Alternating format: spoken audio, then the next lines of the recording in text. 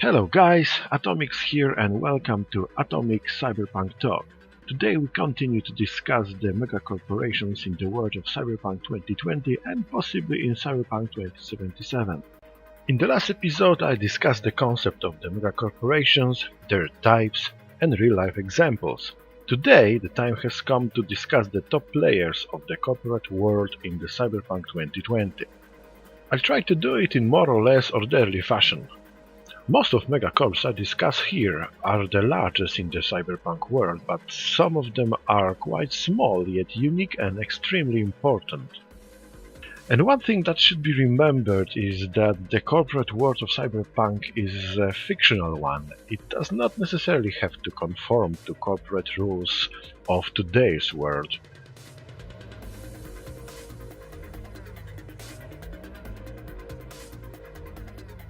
The most infamous cyberpunk megacorp, the Arisaka, is the boogeyman of the cyberpunk setting. Led by the World War II veteran, 100 years old Saburo Arisaka, the company is a corporate techno-shogunate that seems to exist with one purpose only: global domination.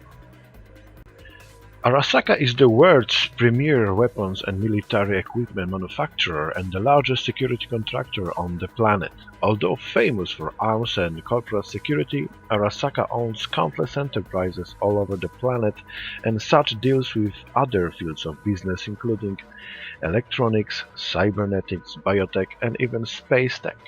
As the company provides corporate security to numerous megacorps and contracts its police force to numerous national and local governments, its influence is almost unimaginable. In their native Japan, Arisaka is intertwined with national government and the local authorities to such extent that only the influence of the emperor keeps the company from being de facto Japanese government. Ruthless, efficient, and unforgiving, the Arisaka is the nemesis for two unlikely allies, the Cyberpunks and the Militech. The former see the Japanese megacorp as a threat to freedom and their lifestyle, and usually encounter Arisaka during their day job, that is, breaking corporate laws. The Militech, on the other hand, is the Arisaka's main competitor and sworn enemy.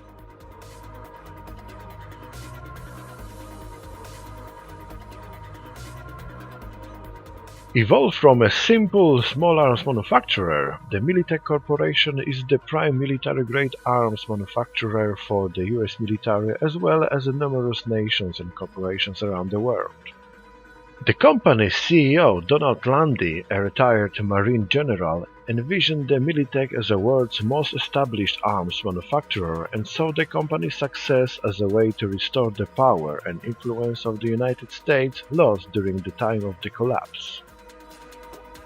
The Militech is the largest and most diversified arms manufacturer in the cyberpunk world. They manufacture firearms, guns, tanks, missiles and even nukes. In that field they eclipse all competition, even the Arisaka. The Militech also sells its security services, police and military services around the world, but although their mercenary force are respected and demanded around the globe, the Militech cannot compete against Arisaka security and police outside of the US sphere of influence.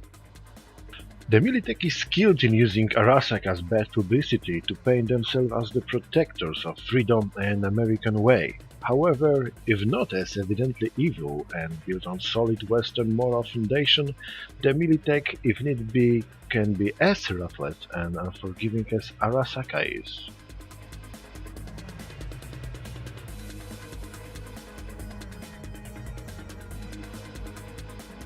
Formed after the Second Central American conflict by merging different military contractors under one banner, the Lazarus Group is the largest corporate military force in Cyberpunk's world. And that is the most of what that company is, a private military force for hire that is larger, better equipped and trained than most of the national armies of the cyber world of 2020. Led by Colonel Emil Lazarus, a former US military ranking officer, and the Greek multi-billionaire Nelson Katsadoulos, the Lazarus Group goal is to provide the best military application for a reasonable price for almost everyone. Almost everyone, because it's a strict company policy who not to work with. The company won't work with most dictators, won't be hired to suppress civil unrest, or for any operation against the civilian population. The company also won't accept policing or security contracts, not that there is something wrong with them, but that such operations are by definition not suited for the military in the first place. The company also contracts only for a short period of time. You hire Lazarus Group to quickly win a war, not to peacekeep or occupy. Apart from high readiness rapid deployment battalions for hire, the company provides military consulting, training and infrastructure design. The company also has advanced research and development department that works on new military technologies and a better application for the existing ones. Although reasonably small, the Lazarus Group lacking real competition except the Militech, which is its main weapons supplier and a client, is on good terms with most megacorporations and national governments, which makes them a force to be reckoned with.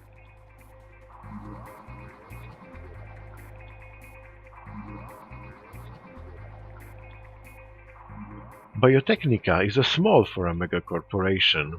Based in Italy, it became a top player during the world crisis in the late 20th century. The small Italian company developed a patented new biofuel called Q2. That fuel and modified whey needed to its manufacture replace fossil-based fuels in most areas of application. That made this company filthy rich. Biotechnica since then is a leading research and development company in biotech, medicine and agrotech. The company holds patents and licenses production of their applications to bigger companies. The rumor is Biotechnica imprints failsafe mechanisms in their tech, so if need arises they can render the whole technology useless. It's hard to say how it can be done, but it keeps other companies from hostile takeover. This giant Texan company is the world's leading petrochemical and agro corporation. It is also the world's second largest oil producer and the largest Q2 producer, which the company produces under Biotechnical license.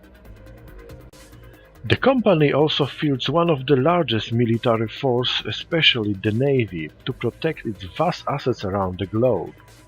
As the fuel and food production comes with the devastation of natural environment, the company has really bad press among average cyberpunks. Especially the nomad tribes, who are often the farmers displaced by the company's actions. Petrochem natural ally is Militech, and the company has cold relations with its main competitor, Serval.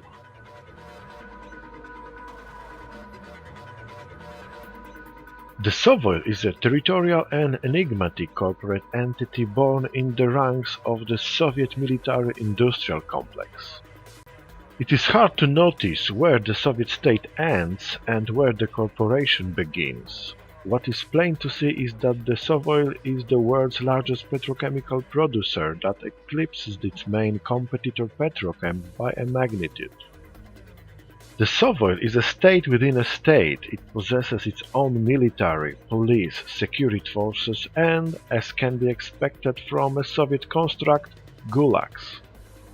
Serval is hostile towards its competition, however, as it easily defeated Petrochem in an open warfare, few corporations are brave or foolish enough to think about directly taking on that Soviet giant.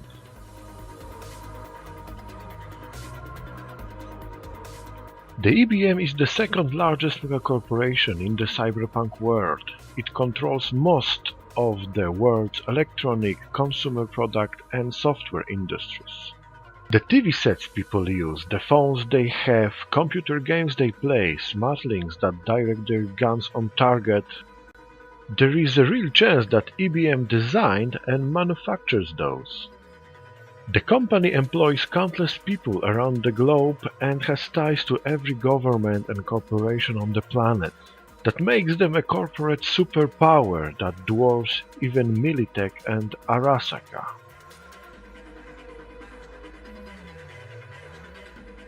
The IEC is a worldwide megacorporation that is as large and versatile as most other megacorporations combined. It operates in all fields of industry, research and development, and services. The company manufactures components for electronics, consumer products, machinery, cars, weapons, ships, and spacecraft. The company influences every single government on the planet and directly controls a number of them. It has ties to every single megacorporation on the globe.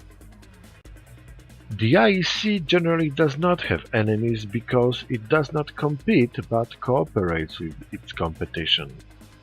Despite its power, riches and influence, the IEC stays out of the public eyes, working its agendas through intermediate corporations, enterprises and national governments.